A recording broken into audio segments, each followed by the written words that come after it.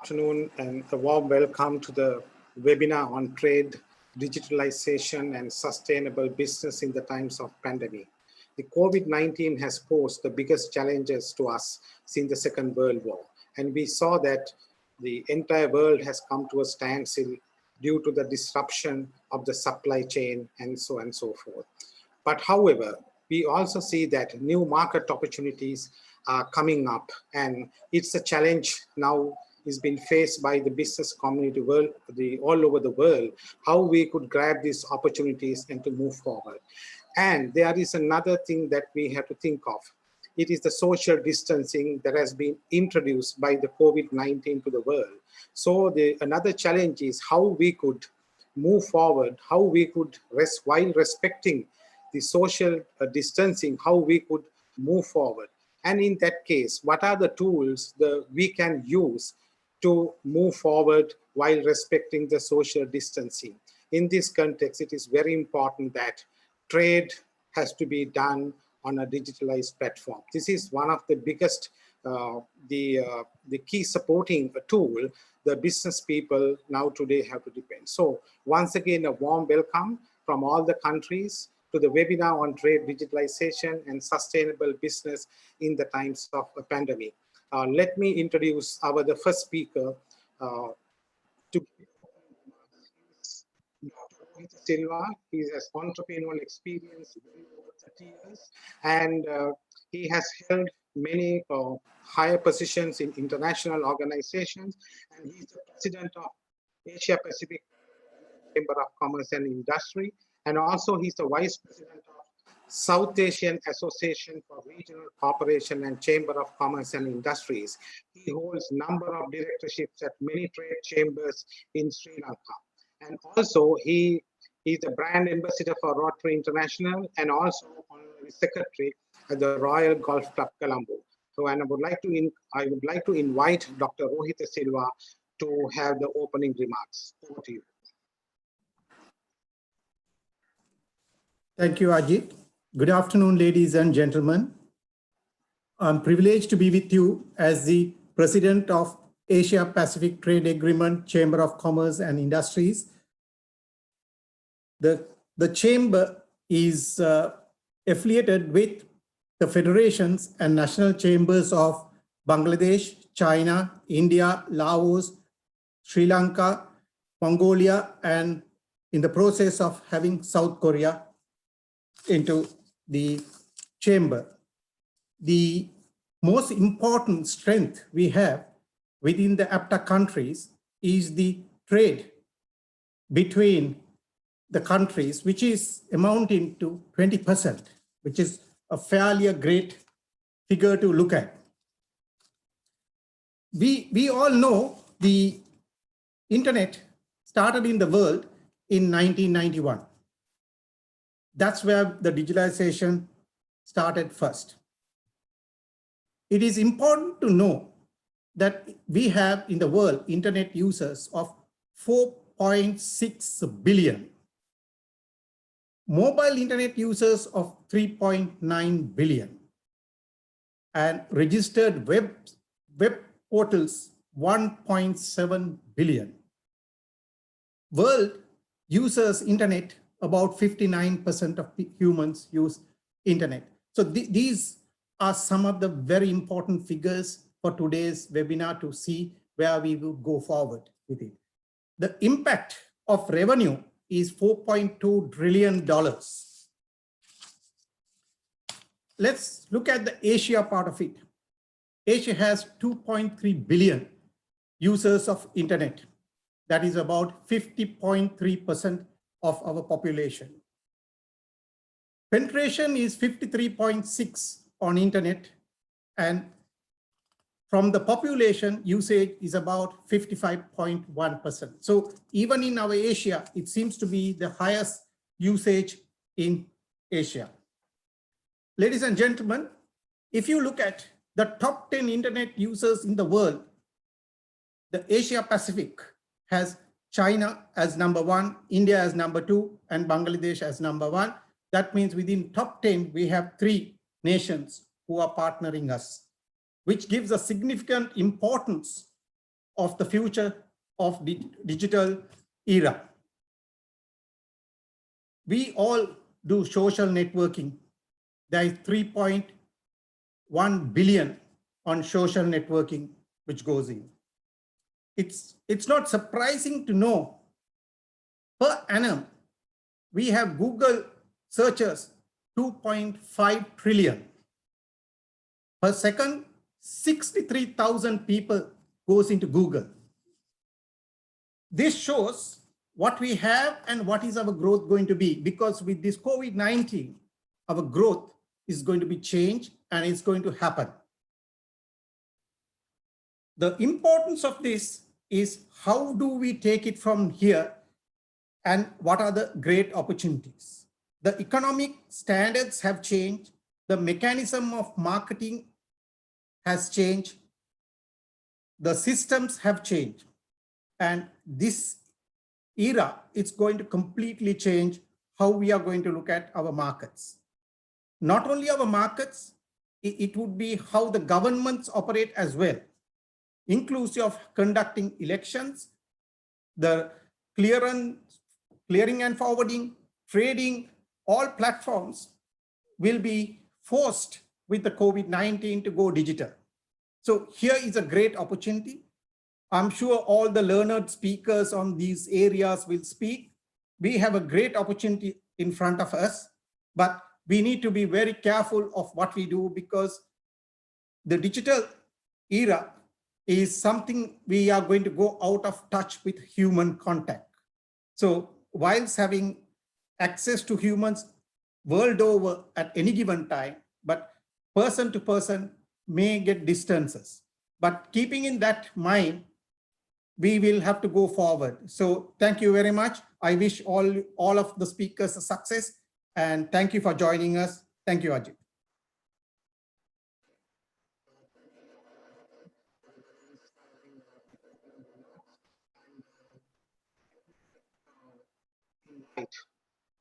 As the keynote speaker, Dr. Mia Mikik. She's the Director, Trade, Investment and Innovation Division in United Nations ESCAP.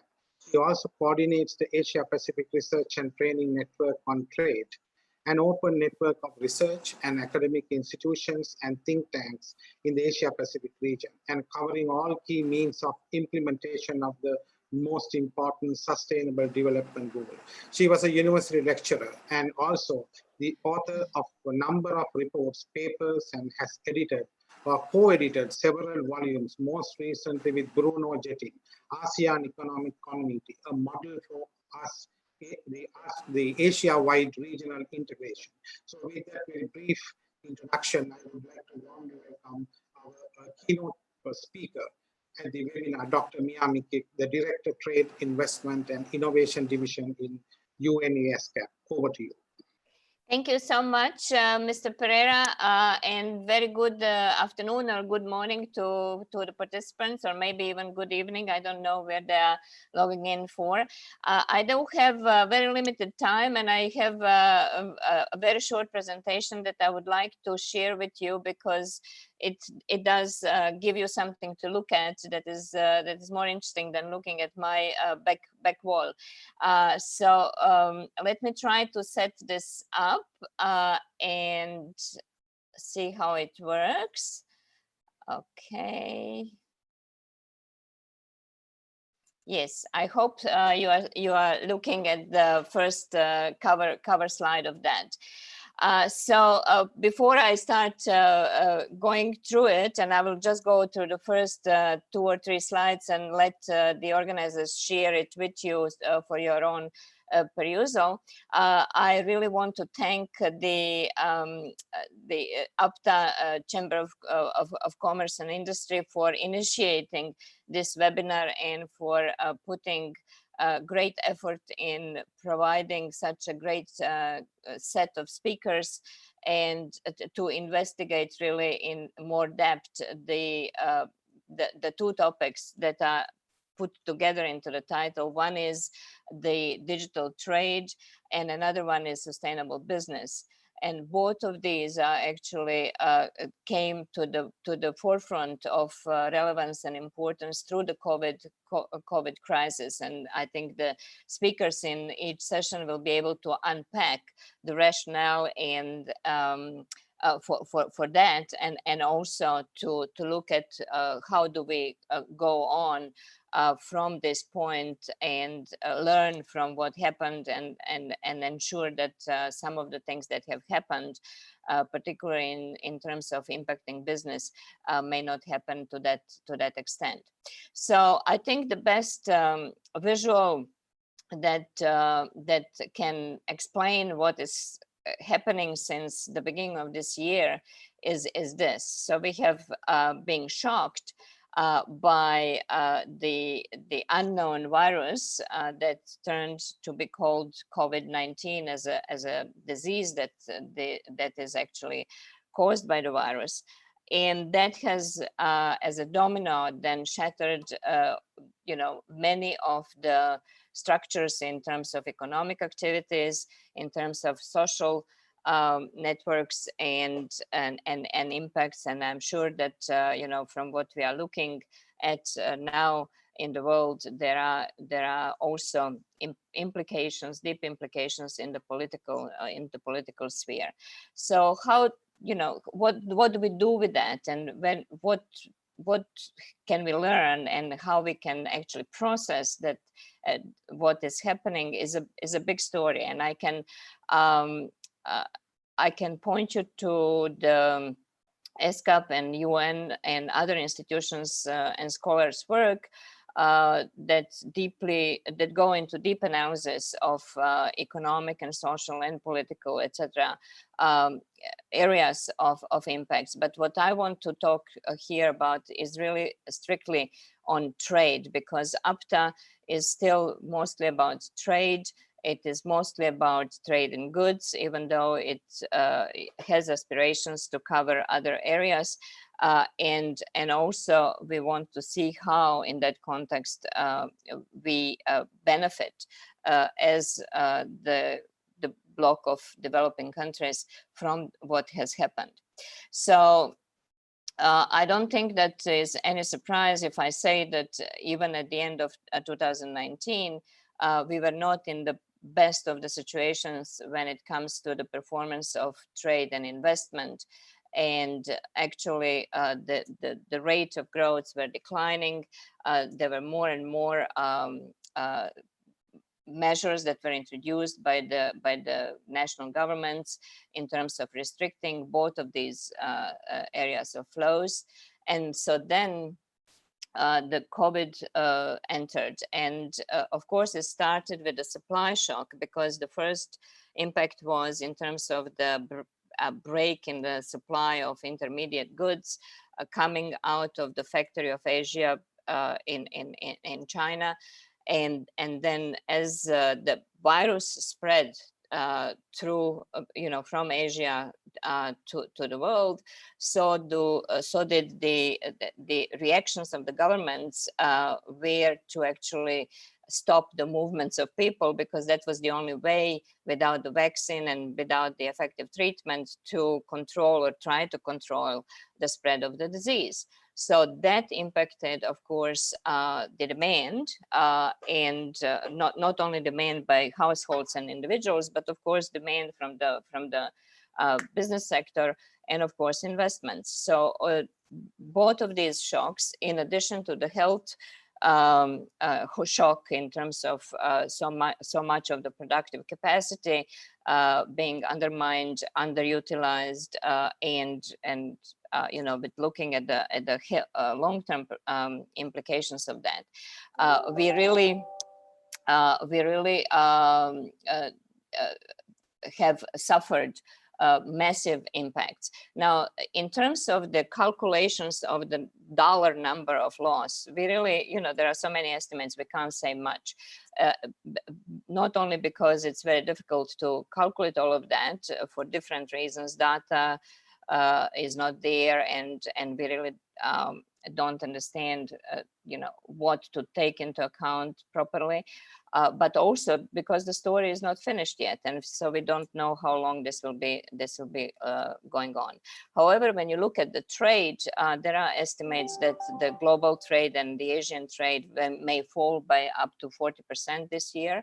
The same estimates is for the foreign direct investment. And when you look at the possible recovery, it is really depending on the demand side, because the supply side is there. You have infrastructure, you have factories. None of this has been impacted because it's a physical infrastructure that hasn't been destroyed through this. This was not a physical disaster. But the problem is, how do you actually restart the demand even when the labor goes back to the factories, because of the uncertainties that remain from the trade war that was started earlier, that have been deepened through this process, and that is actually being again worsened by the more recent activities in terms of geopolitics in the world. So the only thing that is sort of positive that we can say in this context was that the digital side of economic activities, including trade, have survived, and maybe not only survived, but many of them have actually grew much faster than what was expected, right?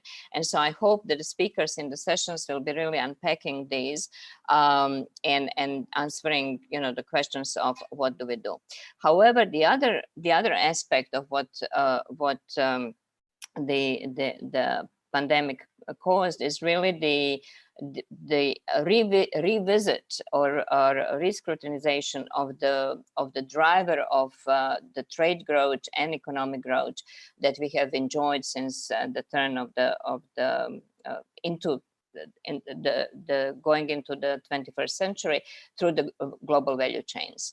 And so when we look at the reasons why that growth was so exponential, we had, of course, the transport costs falling down, information costs falling down, the border barriers falling down, and the technological progress that allowed fragmentation of production and slicing the production in the little tiny bits of tasks that were then assembled through the big economies of scale based factory of Asia type of facilities, meaning in China and the connected countries through these chains, and then exported back to the demand markets in United States and in Europe. So all of that was based on certain elements that were all focused on cutting the cost to the minimum, and of course that required maximizing efficiency, using economies of scales, minimizing inventories, and really foregoing any more serious risk assessment, relying on concentrated supply because of these economies of scale, etc., etc. So now the break was there. We most painfully experienced that through the supply of the medical products that were needed for handling the healthcare sector, but also through so many other sectors. And so definitely we'll be looking into revisiting of the main factors that are involved in decision making when the supply chain is formulated. So again, what we are expecting is that much more of services, knowledge, information, and all things digital will be involved in rebuilding of the supply chains, and we will see how that whether that will also imply geographical repositioning of these, whether these will be then going together with the automation in the countries where the automation is the cheapest, or we will see some other reconfiguration of these supply chains. But it will be definitely one of the factors that will determine longer term recovery in Asia, since these economies in Asia have been built to supply intermediates through this particular value chains. So this is interesting to look at. And what we also want to, in that context, really explore is, how will that influence globalization at large, and whether the regions or sub-regions through the regional trade agreements or as some community building blocks will have much stronger say in this future development. What we have noticed really is that that the global cooperation and coordination in handling the crisis was missing until very late, until G20 started to actually issue certain statements through the trade minister statements. And the regional actually actions were not much better. There was some lip service to that, but the concrete actions also did not appear. So as ESCAP is the regional platform to actually provide countries with the opportunity to talk to each other and figure out how to deal with the problems or issues at the regional level. We hope that we will continue providing that service to allow countries to actually increase the level of trust that is now missing at the government to government level in terms of building better the new system of rules. And probably that is easier done at the regional level and then moving it back to the global, even though we do recognize that there are major advantages from having global rules that are stable and predictable. So I know my time is out, and I would invite you to look at some of the specifics in the rest of the presentation, but this is the gist of what I wanted to say, that we really this time is different. It is not the repetition of the global financial crisis. There are the same risk factors, and these are that the stimuli that the governments will be investing heavily may not be used in actually restarting the demand, because it depends how they are dispensed, and hopefully the digital technology will allow governments to reach out to those that actually need to be given assistance in order to boost up demand. But the other factors are slightly different. We do not still have the financial crisis at our hands, particularly not in Asia, but there are some concerns, and I think there are talks that are being at a high level to try to ensure that the debt increase that will definitely follow, and the fiscal sort of imbalances that will follow will not result in the unmanageable macroeconomic consequences. In terms of trade, we all know what's happening in Geneva, and we are hoping that actually with the share of developing countries in the global trade, they would somehow build a stronger voice in terms of how to rebuild the global system that will be fit for purpose in terms of sustainable and resilient trade regime. And in that context, from the regional level, we think that we will be able to provide a sort of assistance and guidance, and definitely a platform for conversation between the governments, but also other stakeholders. And I think what is being done here through the contribution of the business through the chambers of commerce is it's irreplaceable, because we need to open the conversation between the governments and the businesses and other stakeholders in order to find out the best solutions. And because this is not a problem, this is not a crisis that can be solved from top down or from the bottom up in terms of revolutions. It needs actually cooperation, conversation, and that is based on the principles of solidarity, on the principles that are engraved in the sustainable development, with leaving no one behind. So let me leave it at that, and I'm sure that the speakers that will follow will be able to zoom in on particular areas of this, and more most importantly on really how to use digital technology for the future of trade. Thank you so much. Thank you very much, Ms. Miyamiki, for the very detailed and analytical discussion. It's giving a lot of food for thought for the private sector. And thank you very much once again for your participation. And with that, we now move on to the session one. I would like to invite since in the absence of the participant from Bangladesh, we would like to invite Mr. Yang Dual, the Chief Trade Policy and Facilitation Section, Trade Investment and Innovation Division, United Nations SCAP.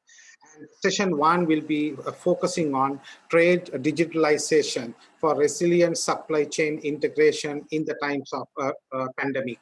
So let me introduce Mr. Jan Dual, and he has experience over 15 years and has conducted research and delivered technical assistance and advisory services on trade policy and facilitation through Asia and the Pacific, including on the WTO Trade Facilitation Agreement. He has many more advanced involvements in the fields of trade policy, paperless trade, etc. He's an expert on this field, and it is our pleasure to have the expertise here today from UNSCAP, and starting from Mrs. Miyamiki. So let me very warmly invite Mr. Jan Dual, the Chief Policy and Facilitation Section, Trade and Investment and Innovation Division, UNSCAP, Bangkok. Over to you, Jan. Thank you very much, Ajit. So we are in the middle, I'm talking from Bangkok. We're in the middle of a big storm, so I'm not sure whether you can hear all the rain and things like that, but hopefully it doesn't, you can still hear me well. I understand that I only have 2 or 3 minutes to speak, so I will try and be very concise. Your question is the state of trade digitalization in Asia and the Pacific, right? And so my answer to that is that, in a nutshell, is that trade digitalization in Asia and the Pacific, as Mia mentioned, has actually accelerated during the COVID-19 crisis, and it's still in progress. But there is really a lot of things that remain to be done. And one key particularity about Asia and the Pacific is that it's a very heterogeneous region. You have some world leaders in trade digitalization, and other things. And you also have some countries that are quite behind, right? And so that's very much true in the case of trade digitalization. And so what we see is countries in Southeast Asia and in East Asia are doing much better in trade digitalization than in some other parts of the Asia-Pacific region. So let me share my screen here to show you the latest data from the UN Global Survey on Digital and Sustainable Trade Facilitation. So I invite everyone to take a look at this survey. It's very easy. You can go online and just type untfsurvey.org. The survey is done by ESCAP, but also in collaboration with many of the other regional commission, and to provide a picture of the state of implementation of trade facilitation measures, but also of paperless trade, which is a big part of the trade digitalization process, right? And so there is a section actually on APTA. I mean, the survey covers 120 plus countries, right? But we have something on APTA that you can see, right? So it shows you can see on the screen here the progress on in terms of implementation of trade facilitation and paperless trade by APTA participating states. between 2015 and 2019, right? So what you can see is that there is good progress made from overall implementation, 56% implementation of all the trade facilitation and paperless trade measures to now 67% in 2019, right? So a lot of progress made, but obviously a lot of things to be done to reach the 100% implementation of all the measures we have in the survey. In particular, in terms of paperless trade and cross-border paperless trade. So you can go and look at the database and then look at your own countries in details. But this is, for example, the situation for APTA member states, an overview only. You've got Korea here with off the chart and doing very, very well because in particular they've digitalized most of their trade procedures. And then China and India as the two large economies in APTA are also doing very well. The smaller economies and the least developed countries are not doing as well here. Again, with the caveat that the countries, I mean, this data is from last year, right? It's from about March, April last year. So maybe some of your countries have done a lot of progress in the last year. And so with this, hopefully, you can report on this in the next survey that we start in January 2021, right? But one of the things I need to point out, for example, is Lao PDR. Although it's one of the smaller economies and it's actually classified as the least developed countries, it's still doing quite well. And this is also because they cooperate with other ASEAN countries, right? So for example, they are part of the ASEAN Single Window Initiative. They have a lot of paperless trade and trade digitalization initiative within ASEAN that supports even countries like Laos, PDR, and Cambodia. So I think it's something to keep in mind. Okay, I think I will stop here because I don't want to take too much of the time, and I'm happy to answer questions later on. But my last message, I think, is really that one area in which there is a need for all the APTA member states and all the Asia-Pacific countries to collaborate together is on cross-border paperless trade, right? Which is not only the electronic exchange of data and documents within the country between the private sector and the governments, but it's actually the electronic exchange of trade data and documents across countries, right? Between the customs of the different countries, between the regulatory agencies of the countries, of different partner countries. And this is where there is a lot of bottlenecks at this time. Thank you. Thank you very much, Mr. Yang, for sharing your expertise and explaining about the latest trends. It's happening especially in the Asia Pacific region, and also good to see that you are talking about the ASEAN single window. And this is the time that the whole world is talking about this platform. And in Sri Lanka also, there's a lot of interest to introduce this. So with that, let's move on to the next speaker, Miss Yu Xiao from China. And let me read her profile. A personage without party affiliation and one-time general manager of Lee Tak-shun Group Company Limited, Singapore. And from June 2005 to date, she's the president of Xinhua Jin Group. And also she's a member of the 12th Shandong Provincial Committee of the CPPCC and duty to the 13th Women's Congress of Shandong Province. So over to you. I would like to warmly welcome Mrs. Yu Xiao from China. 你翻译一个。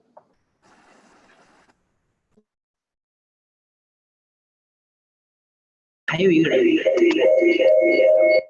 这边。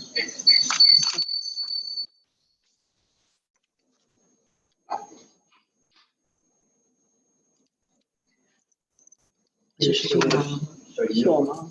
是我吗 ？OK。At this.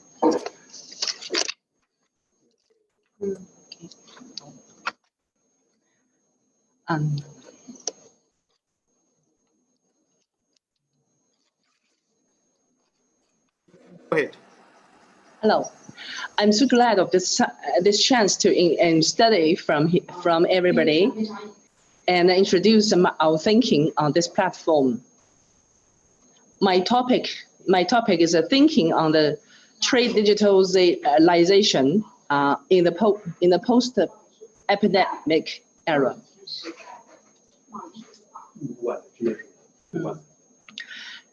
Dear Mrs. Mickey, Mr. Silva, Chairman of the Asia Pacific Member of Commerce and Industry, ladies and gentlemen, good afternoon. During the COVID-19 pandemic in 2020, demand for fragmented international trade in global supply chains fell sharply as most countries pressed the economic pause button. In addition, the United States celebrated the process of economic decoupling between China and the United States during the pandemic, and continued to strengthen sanctions against the China technology companies, resulting in the fragmentation on regionalization of global trade and investment. Under this background, the pattern must surpass the global economic and the trade system until WTO. In addition, due to the pandemic, countries attach great importance to economic sovereignty. The pattern of global industrial chain and value chain will be greatly adjusted. This will have a considerable impact on China's foreign trade and attacked foreign investment. The Asia-Pacific region, in the cradle of ancient civilization and the advocate of the peaceful trade and the rich cultural and the traditional values. In the face of the global challenge of COVID-19, we should join hold militarism in support of the World Health Organization, who global play their role in disease resistance cooperation at the same time, to the Asian Pacific region as an inclusive, open industrial, trade, digital, network, common development as the guidance. Respect for diversity, make policy, communication, facility, unicum, trade, financing, and the same mutual respect and the mutual close to the fate of the universe. On May 28, 2020, at the conclusion of the third session of the third Keqiang, once again stressed the importance of high quality belt and road cooperation, promoting investment and trade liberalization and facilitation, comprehensive promoting the Internet Plus, and building new advantage of the digital economy. At present, the Chinese government, China Chamber of Commerce, and the enterprise focus after the outbreak of the era of digital economic development present situation. The challenge and the response is the digitalization of the Asia-Pacific trade, how to promote scientific and technological innovation. The future of the digital economic development space, say the historical opportunity of the economic digital transformation, accelerate the construction of the new infrastructure to revive the outbreak of the world economic and the depths of the Asia-Pacific economy is doing. Top design and fall to the ground. The following is about thinking on the digitalization of Asia-Pacific trade. First, only on the basis of policy communication, facility, connectivity, and the financial integration among countries in the Asia-Pacific region can real unblocked trade and established. The facility connectivities mentioned before the pandemic mainly refers to the facilities connectivity in aviation, railway, land and sea, and communication. But in the post-pandemic era, when we talk about infrastructure connectivity, we mainly talked about the construction of a new infrastructure, namely 5G facilities. At present, the joint participation of the state-owned enterprises, private enterprises, and the foreign capital has a profound impact on the development of China and even on Belt and One Road countries, especially countries in the Asia-Pacific region. Second, China has made considerable preparations for trade digitalization, from the large-scale construction of the communication facility to the construction of national website platforms and the various ministries and the commission of the China government to the development of enterprise information network. In particular, the establishment of B2C trade mode in recent years has laid foundation for China to buy the world and sell the world. But B2C mode almost showed its limitations in a certain historical period.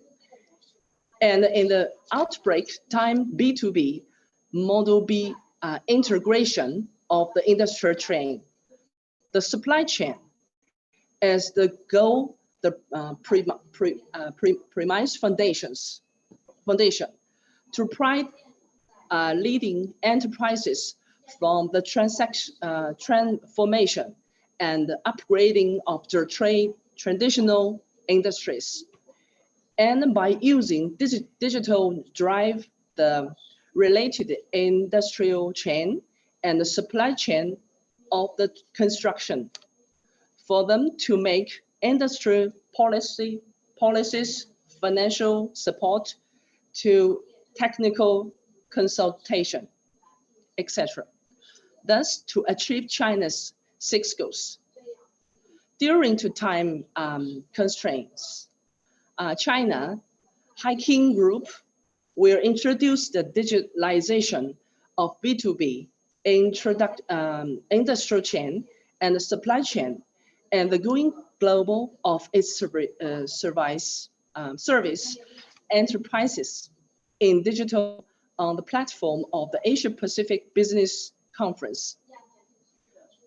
Finally, I would like to extend my heartfelt blessing to all countries in the Asia Pacific region for their political ties and peace.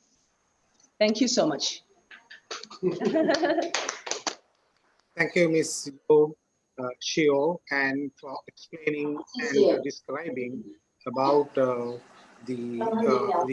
position in China. And let's move to the speaker from Laos. Laos is being represented by the private sector and also by the government at this webinar. Let me introduce Mr. Tanong Singh Kanlagna, the Chief Executive Officer of Datacom Laos. And he's the President of Datacom Company Limited and also President Lao ICT Commerce Association and also Vice President of Lao National Chamber of Commerce and industry.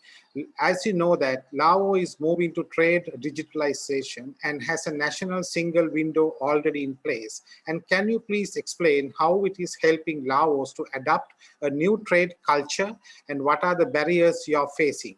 And I would like to invite Mr. Tanon Singh Phanlakna to speak on this topic. But at the same time, I have a very sincere request, since we are running short of this time, please make your submissions as short as possible. Thank you. Okay, thank you, Chair. So I'm first very happy to join this very special webinars. And on behalf from Laos private sector, so the digitalization of trade have been started, I think, some time, but especially the key project was the national single window, as you mentioned. And up to now, we have a PPP collaboration that operate that national single window. And of course, as we are, like I mentioned already, we are part of ASEAN. So I think that being member of ASEAN has helped it a lot for Laos to use the roadmap and the collaboration to work on the digital trade, although we have lots of difficulties and challenge. And here I like to mention that related to our talk today is I would talk about the ASEAN Digital Integration Framework Action Plan, which was adopted last year in September at the 51st AEM Economic Minister meeting in Bangkok. So very fresh, but I think the sixth priority that it focused is very useful for our discussion today, because it talks about the facilitating the seamless trade. First, second is about the protection of data that support digital trade and innovation. Third, about the seamless digital payment, which I will explain the Laos situation in it. And the broaden digital talent is the fourth. Fifth is foster entrepreneurship. And sixth is the coordinate the action for the above five priorities. So for the Laos side, I think the digital payments, we have been playing catch up, so that central bank has been pushing for the providing the solution for interbank money payment using QR code, using the mobile phone, online banking, and e-wallet throughout the multiple bank, which I think that will be the first step. And later on, of course, it will be connected to the internationally to connect with our Mekong country, ASEAN neighbors, and all over the world. So this is very important because it has really fastened the and assist the other development in the for example e-commerce, the startup that has been coming up. Let's say we have our own Uber named Loka that provide taxi, motorbike for services, and the companies like Food Panda in Laos and the local ones are doing very well, especially during this COVID time. So I think that is shown that I think we have some new normal that are really realizing. But of course, we have a lot of problem also. And in terms of the one thing I want to focus on the entrepreneurship, especially for the moving the digitalization of micro SME, which is very crucial. But looking in a country like promoting digital service hub for enhancing trade supply chain. No, I think it's very important that the collaboration like today is to set the ground for the possible that, because supply chain is changing already, and with digital, I think we can improve it, make the logistic, which is a very important sector in Laos, as we sit between China and the Mekong country. And by the next year or two, we will have a train from southern China coming to the capital and moving later to Thailand, to Malaysia, Singapore. So I think the trade, digital trade is very important, and now we need to look into the how we can bring the mass, bring the stakeholder in the supply chain, like agriculture, the farmers, the cooperative, into this as well, for them to use the the potential of technology like blockchain, like digital money, IoT, big data, to really help them survive in this post-COVID time. So I think with this, I think important is the monitor of the tracking of the progress, which I think that's something we need to do collaboratively, so that like in this seminar today, we see that where we are and where we plan to go. So with this, I just end my discussion because of time, and I wish everybody the best. Thank you.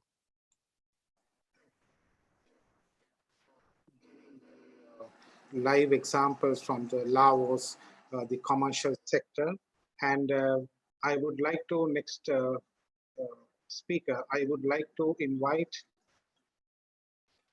Ms. Dava Sendusrain, the Senior Customs Officer from the International Cooperation Division, the Customs General Administration of Mongolia, managing with international cooperation issues covering all custom matters, coordinating between the WCU and the Mongolian customs, as well as other international organizations body. I'd like to invite Ms. Dava Sendusrain to speak. Okay, good afternoon, everybody. Thank you very much for inviting customers for the very important conference and seminar. Then I would like to share how to reduce it during that pandemic time. It's using for the digital control for every movement of the cross-border movement. Since it's COVID disappears, the government makes many decisions for passenger and movement transport through the border. As you know, Mongolia economy is not so small, but not so big, but we have still difficulty for during that time, just international trade moving down. For example, total foreign trade is decreased by the 25% from the previous year, 5 months. Also, revenue collection, it's going down 15%. Then there is a many good advantage during that time. Because of that, even some of the, we have the 46 border crossing point and 18 customs house and branches.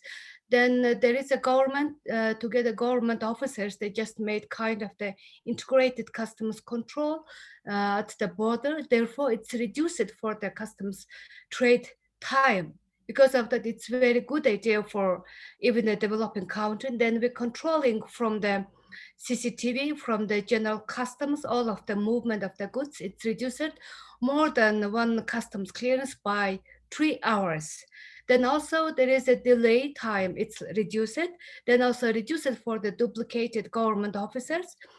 For example, at the border, there is 4 agencies working together, immigration, border force, customs, and specialized agency. A specialized agency more focused on the passenger movement, but in the trade movement led by the customs, it was still very easy. We can control of the government movement in very, can you hear me? Yes. Yes, please Yeah. go ahead. Yes, then it's a very good opinion for us because we can control every movement by CCTV from the general customs. It is more advantage than next after the pandemic, and then maybe we can introduce more digital trade controlling every movement. It is good, and until today I have those informations. If you want to ask some questions, let me know.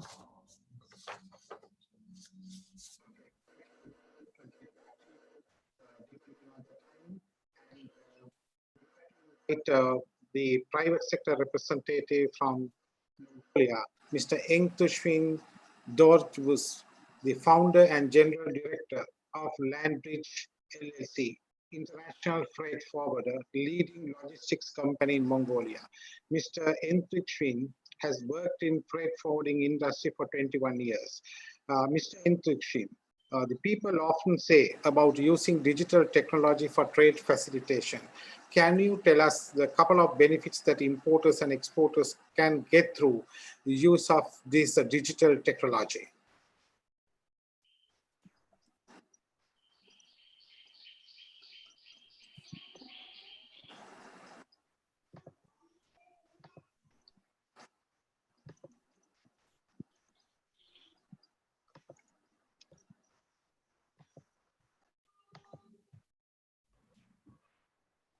Please unmute. Please unmute. Sorry, again. Hello. Yes. You here now? Yes, yes, please. Thank you. Good afternoon to all friends here. Hi, I'm very pleased to join this webinar representing Mongolian private sector, especially from the logistics provider point of view, how this COVID pandemic situation impacted on, and then what we learned from this situation. This connectivity and payment, what else? This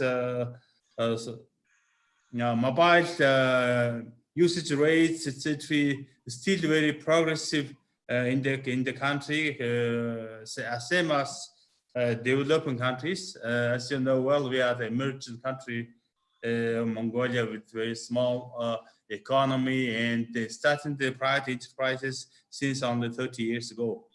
But this situation is making a lot of obstacles for international trade exchanges, but it also gives a lot of lessons to us, and we are trying to put some digital platforms to our customers to communicate, to get the service from distance 24/7, not physically visiting or meeting with others. And we, during this period of time, we see some mistakes, some things we are missing there to do more, and then more than to see its troubles. This pandemic situation, we have to find out the advantages, what it gives to us. So in Mongolia, we introduced one window system and e-tax system and e-signature. A lot of things we are doing to improve, to digitalize the trade, the other transactions. But still we need a lot of things to do as a backbone of this e-commerce. As you know, the e-commerce is booming during this COVID period. So to manage the data, and then to have a reliable origins, identification of the origin of the data, etc., to use instead of paperwork, of course, needs a lot of involvement from the government and state policies. So we are in Mongolia controlling more or less very good of the COVID spreads in the country locally. And then at the same time, we are trying to learn more about how the other countries reacted to this emergent situation. And then please ask very free to what kind of practical issues we are facing, if it's needed. And thank you for the opportunity gave us to participate in this nice event. Thank you. In 16, completed the accession to Asia Pacific Trade Agreement, and we consider the Mongolian participation is a warm welcoming and very encouraging for the Asia Pacific Trade Agreement Chamber of Commerce and Industry. With this, at this session 1, now we come to the last speaker from Sri Lanka, Mr. Kushan Kodituaku. He's the Managing Director of Sri Lanka's Market Leader and largest manufacturer of electrical wiring accessories. A 100% Sri Lankan-owned third-generation family business. Orange Electric export to over 25 countries, and with regional offices in Australia, Singapore, India, Dubai, UK, and USA. The company is home to over 7,000 personnel across 5 continents with more than 15 nationalities. Mr. Kushan Kodituapu, do you have plants and offices in Sri Lanka and also elsewhere? And during COVID-19, you definitely experienced external shocks created by breakdown of your supply chain. World experienced a near catastrophe, and many people say it is the digital technology that can prevent any future catastrophe like this. So based on your experience, can you please share with us as to what type of a business model you think of in the future to avoid a situation like this? Over to you. Thank you, Ajit, and good afternoon, good evening, wherever you may be. Today, I'd like to highlight the importance of creating a unified digital trading platform. But before I come to that, I'd like to share some experience that we went through during the lockdown in Sri Lanka. We employ about 7,000 personnel, and during the lockdown, they were marooned. They could not have access to the day-to-day stuff that they need, like groceries and vegetables. So what we did was we geotagged everybody's home locations, and then we put that onto a 7 kilometer by 7 kilometer grid across Sri Lanka. And we found out of 1,500 squares across Sri Lanka, we had employees in 810 squares. And they volunteered to do the last mile deliveries in each of these squares to their fellow employees. So what we did was we created a mobile app and connected suppliers who sells groceries and vegetables onto the app, and we managed to do the deliveries to all our employees. And we managed to do this whole episode in this mammoth task was done in 2 weeks, and all was done by working at home. So what we realized was working from home in this new era is actually more efficient, and more focused work was being able to be executed. So similarly, I believe that why not we now create a B2B, a cross-border platform that goes right across the world, connecting suppliers and customers together, and all the stakeholders in between. For example, the banks, the ports, the customs, insurance companies, the shippers, all of them coming into one single platform. And imagine if you can execute an order just within a couple of clicks, and this entire supply chain process gets executed. And I believe it's no rocket science to do this, and we have all the technologies today. It's the only constraint that I see is how do we bring all these stakeholders into one common platform. But it's doable, and I think that's the way that we need to go for the future. Thank you very much.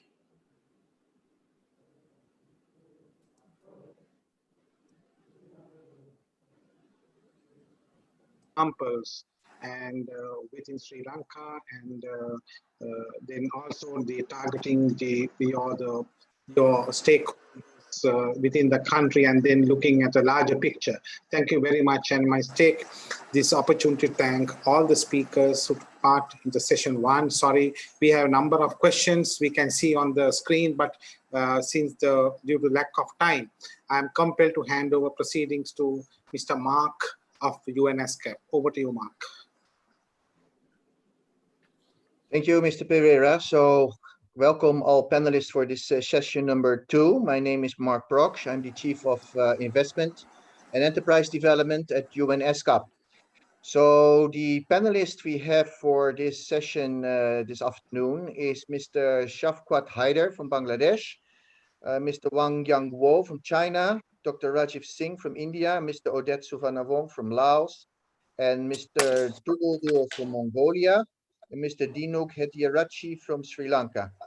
So given the time, originally I had proposed to have 3 questions, but I will focus only on 1 question if you don't mind.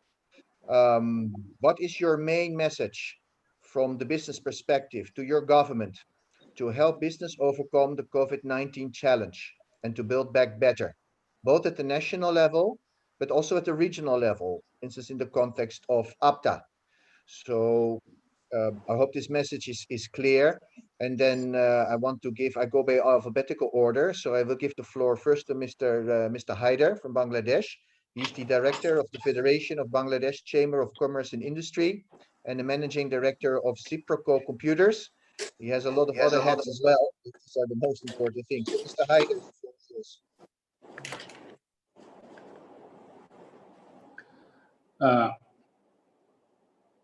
Should I start? Yes. Okay. Good day and greetings from Bangladesh. And it's an honor to be here. As we all know, the COVID-19 is affecting every aspect of our lives in real time. And all countries are trying to overcome this challenge in their own ways. Now, coming back to the fact that you have now consolidated the question in terms of what a country and in terms of APTA we should be considering, I would like to say, if you're talking about the country, the government must introduce better and meaningful recovery investment packages. These things should all be timeline-based.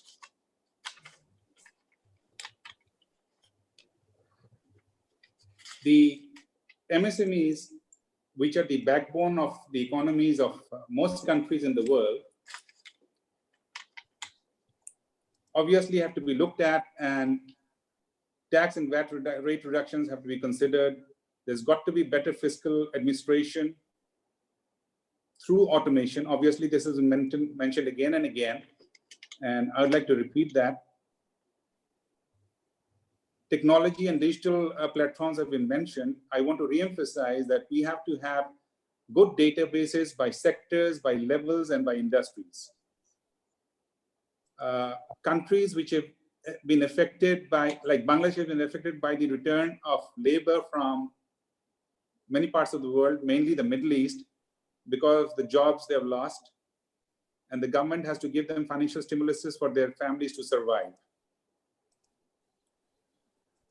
In the context of APTA, I would like to say, in general terms, we have to build bridges amongst businesses and people in the region. The governments have to build digital capacity in their economies. Again, e-commerce has been mentioned, so we have to really support and encourage e-commerce platforms which can provide market access across the borders. Again, the creation of regional value chains and global value chains has been mentioned. So this has to be speeded up, and this would help actually cross-border contract rules for consumers and businesses. What I mean to say is the APTA countries should concentrate on and collaborate on how to devise cross-border contract rules for consumers and businesses. We must ensure equality, inclusion, and sustainability across the board. We have to focus on the social capital to overcome erosion of trust between buyers and suppliers, employers and workers. I would simply like to end with a statement which was made by Mr. Kofi Annan, the former Secretary General of the UN. Let us convene so that we can share something with others and so that we can learn something from others. This is true for the country. This is true for the region. This is true for the world. In the end, I'd like to say stay well, stay safe, stay healthy. And thanks for calling me in. Thank you. Thank you so much, Mr. Haider, for your concise and to the point statement. I now give the floor to Mr. Wang Yangwo from China. He's the Vice Chairman, Secretary General, and Presidium Chairman of the China International Chamber of Commerce for the private sector, and the Executive Chairman and Chairman of the China Committee of Asia Pacific Trade Agreement Chamber of Commerce and Industry. He's also Vice Chairman of the Pacific Economic Cooperation Council of the China Industry and Commerce Committee. So, Mr. Wang Yuo, the floor is yours. I understand that you will be speaking in Chinese. There will be simultaneous interpretation available. So the floor is yours, please.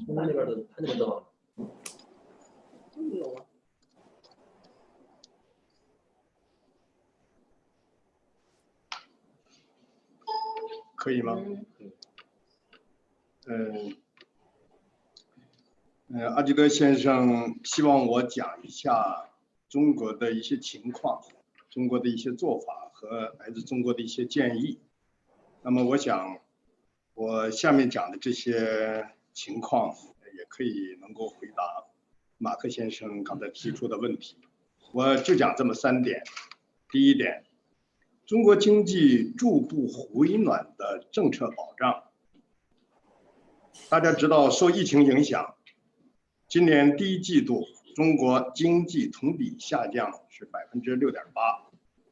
那么从第2季度开始，中国经济逐步回暖，这个复工复产已经达到了正常的水平。能有这样的成绩啊，除了疫情得到全面控制之外，中央和地方政府出台的政策保障措施发挥了积极作用。那么中央政府及时推出了8个方面共90项政策措施，包括稳就业稳物价、减免税费、降低用能成本、发放贴息贷款下达地方政府的专项债券，发放抗疫一线和困难人员的补贴等等，使几亿人直接受益。那么中国政府对占比90%以上的中国的中小微企业实施系统的政策扶持，这是中国经济在短时期内有明显改善的非常重要的原因我想我们已经将这些政策的内容提供给了各国的工商会。那么我讲的第2个问题就是 CICPS 带领成员企业抗击疫情的一些经验分享。我会充分发挥在疫情情况下的组织宣传、公益推广以及国际合作的3个方面的作用。当新冠疫情一爆发，商会就组织了4个工作组开展工作，编辑了风险提示、专家建议，一共并组织了针对民企的培训，为广大中小企业这个提供政策汇编和疫情后复工复产安全风险的须知和指南等等。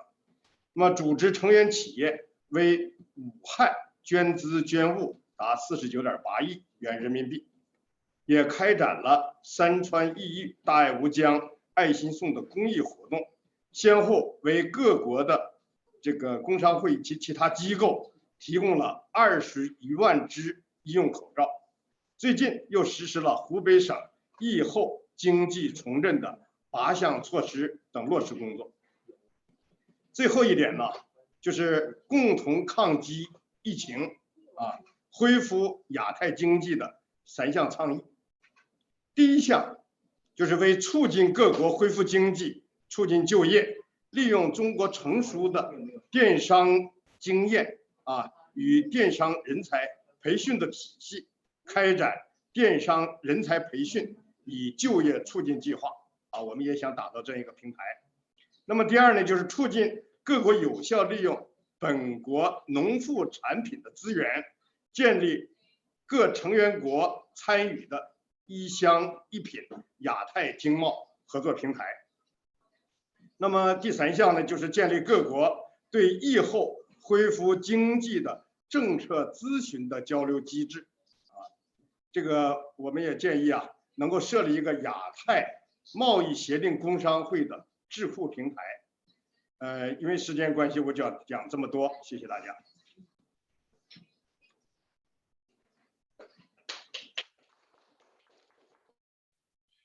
Thank you so much, Mr. Wang. Now I give the floor to Dr. Rajiv Singh. He's the Secretary General, former, now it's known as Director General of the Indian Chamber of Commerce in Kolkata, India. Mr. Singh, floor is yours. Yeah, good afternoon. I think the question now is very, very pointed. And I will straight away come to what the chambers and what this forum could look at from the government.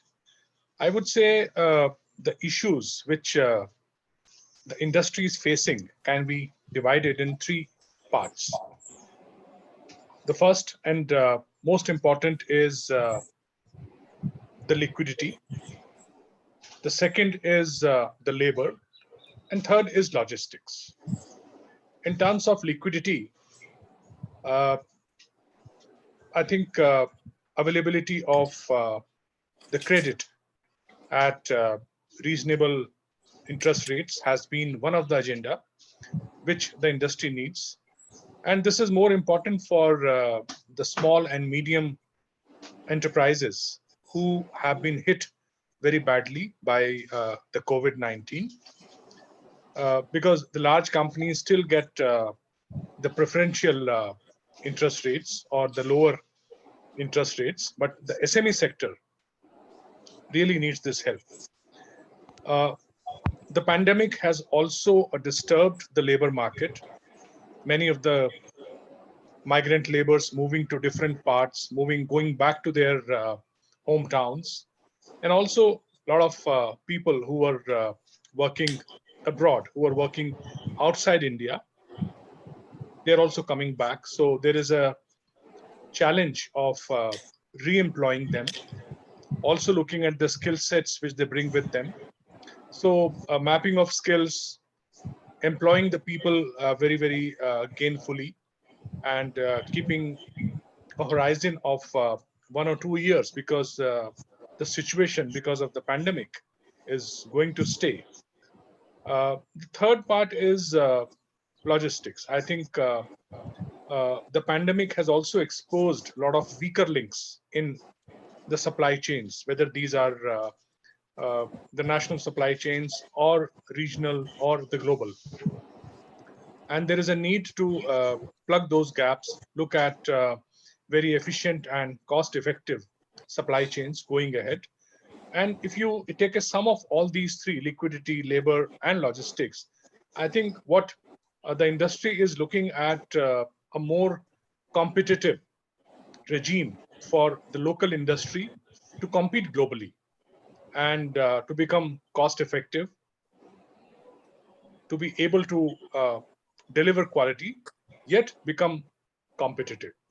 I think pandemic has also exposed certain category of products where some of the economies lack, and those products are crucial for the economy, and especially pharma, healthcare, food, many other products which any economy would need. And the countries which were into exports probably will have to look at manufacturing some of those locally to meet the situation which some of the economies have gone through now. The last point is there is also a need to look at the rural economy, because the farm sector, the farmers, because with all these things, the rural economy is also impacted, and there is a need to look at other avenues in addition to the farm, non-farm activities, so that the population and the local economy also is supported through the agriculture sector growth, while as chamber we can always talk about industry, but there is also need to look at a lot of food processing industries, agro industries going forward. And I'm happy to inform that Government of India has already announced a huge stimulus package, which is almost 10% of India's GDP, which is helping industry very well. And also happy to mention that almost 30 to 40% of the capacity of the businesses is back and running. And other than one or two states, most of the states have now allowed industries to operate at almost 60 to 70% capacity. And government of India has also started working on the supply chain, various segments, costs, use of technology, because going ahead, technology and the digital payments and the digital transactions is going to be one of the key factor which will decide the competitiveness of any economy, and we in India are working on it. Thank you. Thank you very much, Mr. Singh, for pointing out the importance of the agricultural and rural sector. I give now the floor to Mr. Udet Suvanawong. He is the president of the Lao Chamber, National Chamber of Commerce and Industry, and the chairman of the Greater Mekong Sub-Regional Business Council. So, Mr. Udet, floor is yours. Good afternoon. I think thank you to give me the floor, Mark. For LNCCI, really the Lao National Chamber of Commerce and Industry has done a survey on the impact of COVID-19 to business, and we did also report to the government on how to address the rehabilitation of the business during post-COVID-19 as well. So the recommendation to the government mostly was, I think, similar to every business sector in all of the countries we hear here and there, is that we want the government to develop a specific economic policy and measure to support the reproduction of business, especially for the SMEs, and also in the sector that are mostly providing laborers and also providing the support to the grassroots level, such as tourism, agriculture, and processing industries. So that are the first recommendation we have to the government. We also wanted the government to be more proactive into the digitalization, because due to the COVID-19, we see that digitalization is very important, and especially on the e-finance and the e-government, to be able for us, also the private sector, to be able to move forward without any burden on the old style, and so to adapt ourselves into the new element what is required for by prevention of the disease.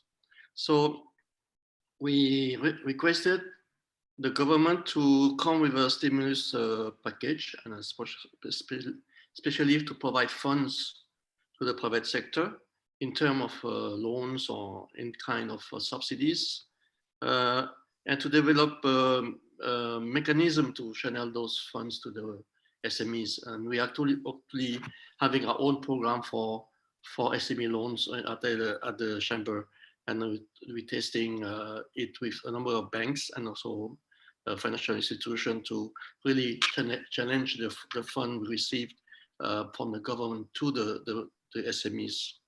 One of the important recommendation we have that because Laos is a very small country, and also the government might not be able to provide the proper stimulus or the amount what is required.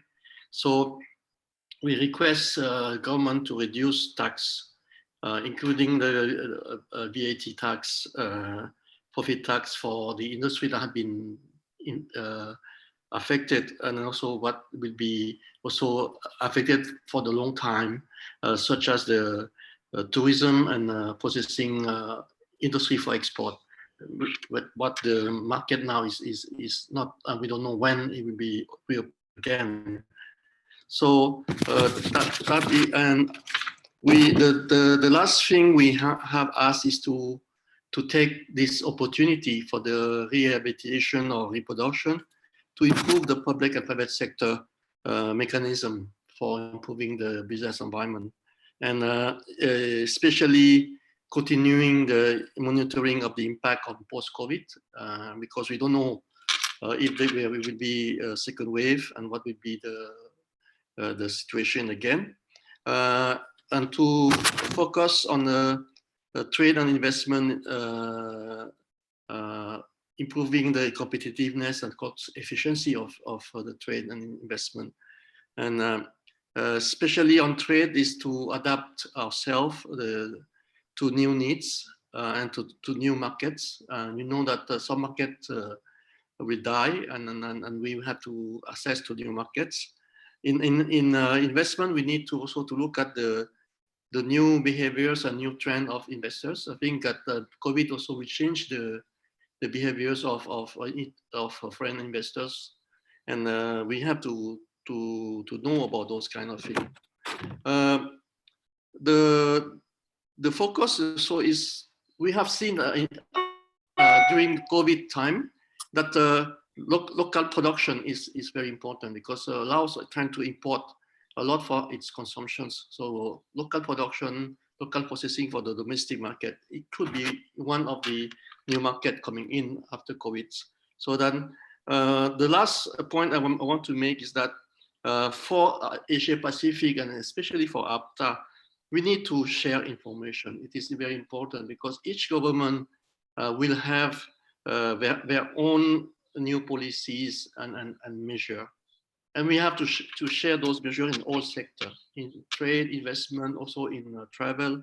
So we can also be prepared for the trade between ourselves in the APTA, and also to know exactly what will be the new requirement, so we can adapt also our industries to those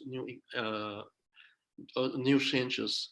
In ASEAN, we have, as part of the ASEAN Business Advisory Council and the ASEAN Joint Business Council, we have asked the government to establish an ASEAN high-level special commission for COVID.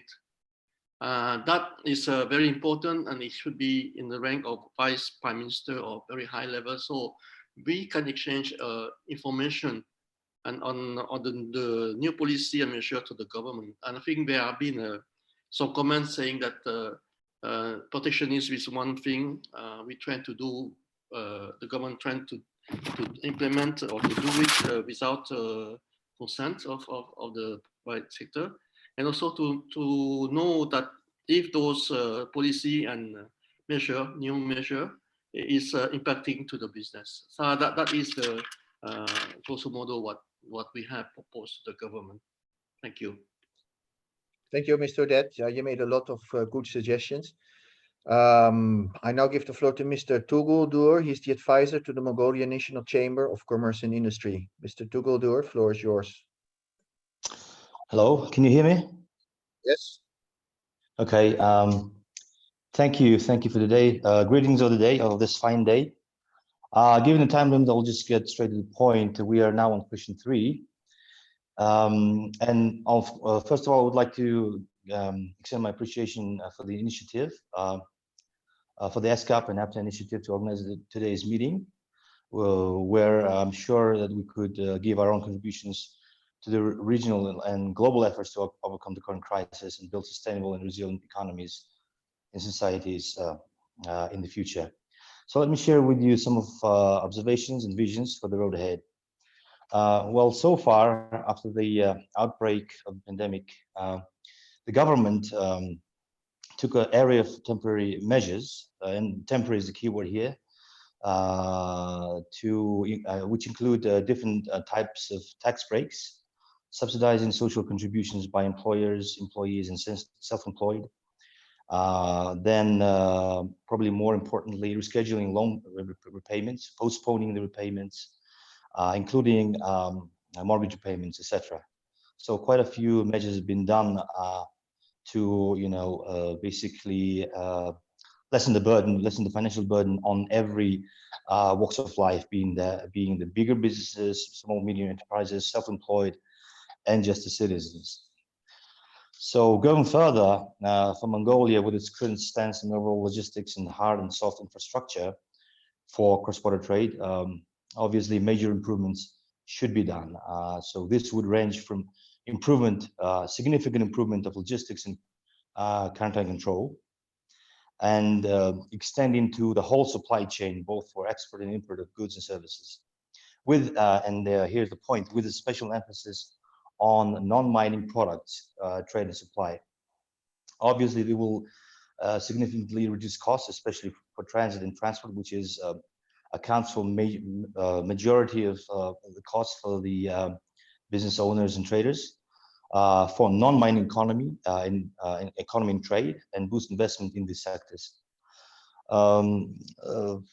Speaking of that, I would like to raise a point from a regulatory perspective. So for regulatory framework and institutional arrangements, I think going further, Mongolia, in collaboration with economies in the region, neighboring economies and other economies in the region that it deals with, I think the government should promote and push on further on enabling policies and measures for areas like exchange of customs and supplier or producer data, so-called mutual recognition type agreements for different aspects of cross-border trade, including quarantine, certification, customs control, logistics services, product certification, so on and so forth.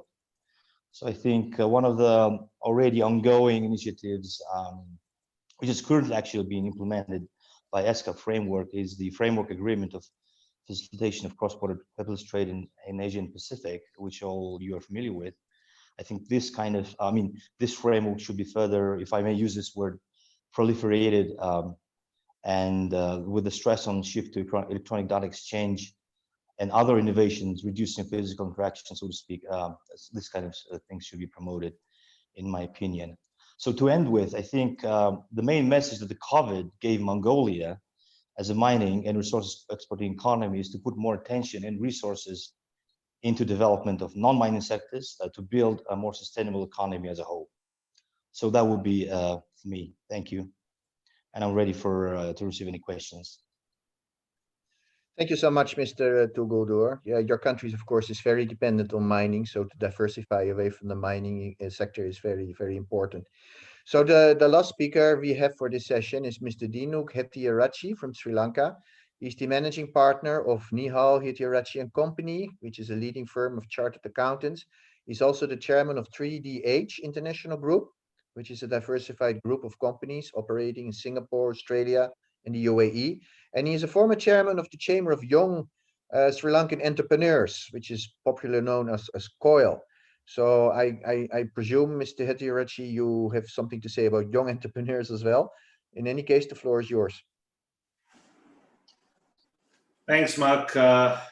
Ayubowan, wishing you good health and long life. Chairman Rohit Silva and fellow members and colleagues of the APTA Chamber of Commerce and Industry, it's a pleasure to connect with all of you through digital technology.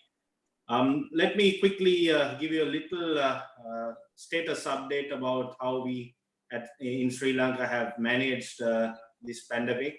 As of today, we have about 1,750 infected persons, out of which about 840 have fully recovered and gone back home.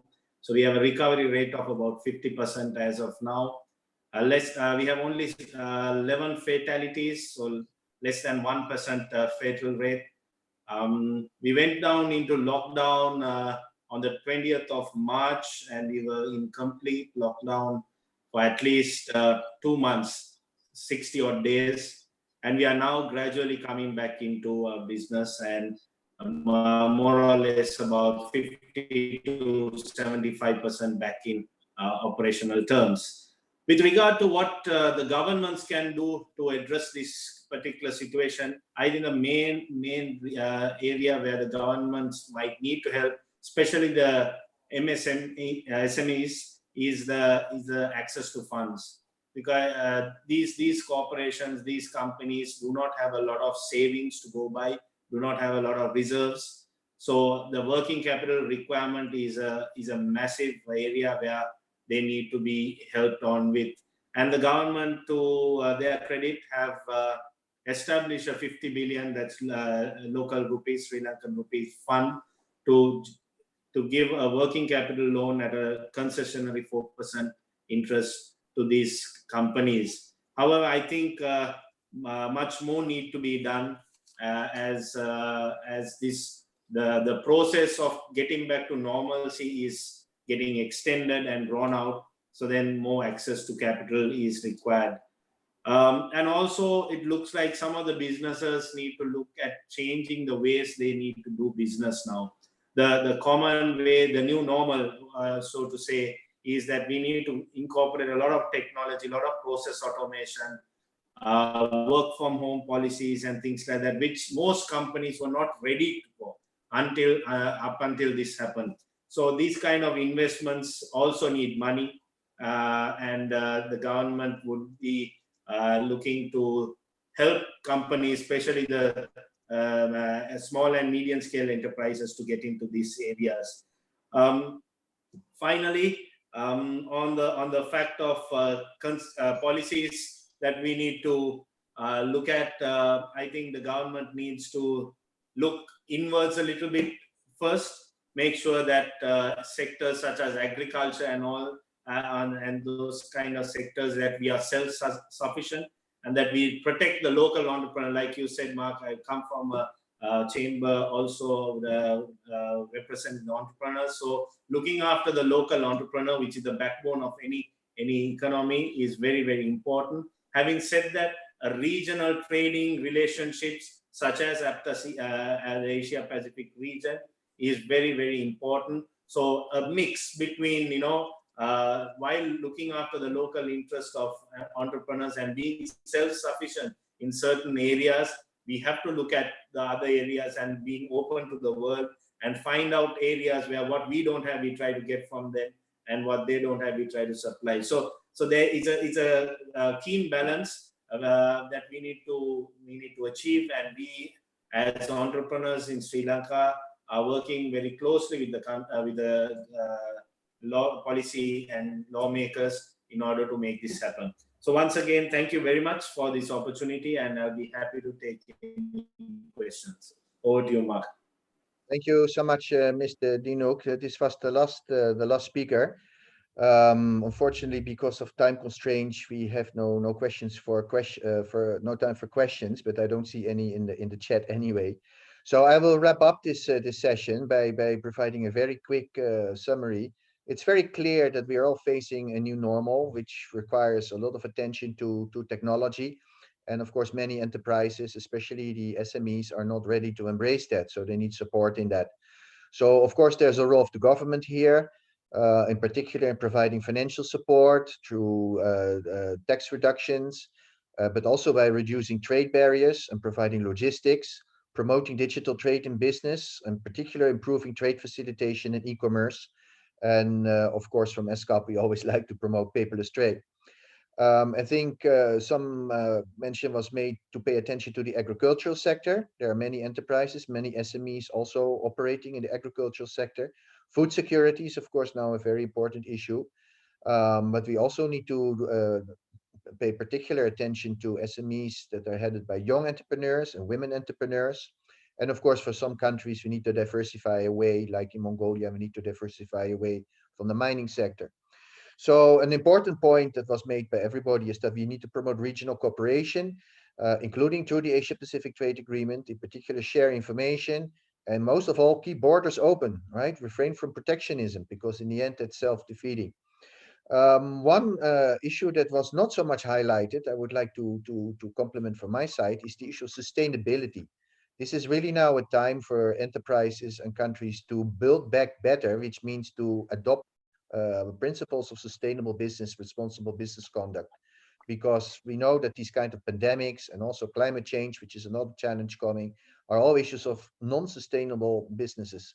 So this is a good time for businesses to build back better by becoming more sustainable. So with that, I conclude this session too. I want to thank all the panelists for their interventions. And I now give the floor to Mr. Wang Yung-wo, who will make the closing statement for this whole webinar. and in particular, he wants to inform the meeting how China and the CICCPS of APTA countries to go for a rapid recovery of all its economies. There is a link provided in the meeting for simultaneous interpretation. For anybody who doesn't have it, Mr. Pereira can share that link again. So, Mr. Wang, the floor is yours to provide the closing statement. 他说我们已经发言就已经讲话。好，大家好。首先我要感谢我们的2位主持人阿基德先生和马克普洛克斯先生，感谢希勒瓦主席的致辞，米蒂奇司长的主旨演讲，和所有在今天视频会议上进行讨论的嘉宾，以及收听收看今天视频会议的朋友们。同时，我也感谢我们的同传的这位先生和女士。我想用3句话来为今天的会议做一个概括。第一，经济全球化虽遭遇疫情重创，但仍然是亚太和世界发展的必然趋势。我注意到今天的会议，无论主持人、主旨演讲人还是讨论嘉宾，都不约而同地谈到了疫情对亚太地区以及各国经济的冲击，同时大家又强调了国际合作的重要。不可否认，疫情增大了全球经济危机的可能性，并导致全球经贸活动受到了严重影响，这个经济指标严重的下降。那么此时，亚太贸易协定各国必然面临选择：一是顺应单边主义和贸易保护主义思潮，阻止双边及区域贸易、投资自由化和经济一体化的进程。那么另一种选择就是继续坚持联合国及亚太经济社会委员会多边主义和区域合作主张，完善人类健康卫生共同体，坚持人类经济合作共同体，打造人类命运共同体。无疑，后者是我们今天会议所达成的重要共识。第二，贸易数字化是抗击疫情和后疫情时代经济社会发展的必然选择。那么今天的会议重点讨论了贸易数字化与商业的可持续发展问题，这也是当下中国经济和社会的一个热门话题。那么如果说2003年中国的 SARS 一定程度催生了电商，而数字经济，尤其是贸易数字化，则正在成为当下影响中国经济社会发展的潮流和力量。一个不争的事实是，疫情发生以来，人们的消费方式、工作方式、生产经营方式都发生了重大变化，客观上推动了企业数字化的转型，数字化创新的进程加快。因此，大力推动互联网、物联网、大数据、人工智能、区块链与贸易的有机融合，那么积极培育贸易发展的新动能，这对目前帮助亚太各国抗击疫情和今后促进后疫情时代建立新型贸易体系和推动商业可持续发展，这既是挑战，也是巨大的机遇。那么我表示，在贸易数字化以及数字经济领域，中国经验可以为有需求的亚太各国提供从人才培训到模式创新，再到市场开拓的各种帮助。那么我要谈的最后一点是，为亚太各国工商会、工商企业提供最需要的务实服务，是亚太贸易协定工商会的必然要求。那么亚太经社委员会各国部长级会议决定成立亚太贸易协定工商会，是联合国推动亚太经济社会发展、深化亚太贸易协定合作的重要安排。自2019年，亚太贸易协定工商会各创始成员国组织一致通过亚太贸易协定工商会总部设在中国北京以来，我们在总部建设、顶层设计以及在秘书处各个委员会以及工作机制、运行模式等方面做了大量的务实的工作。那么尤其在疫情期间，加强与亚太贸易协定工商会各国工商会的合作，出版英文的周刊，交流抗疫的经验，召开视频会议，组织山川异域大爱无疆公益捐助活动等等，受到有需求的亚太贸易协定工商会各国的欢迎和支持。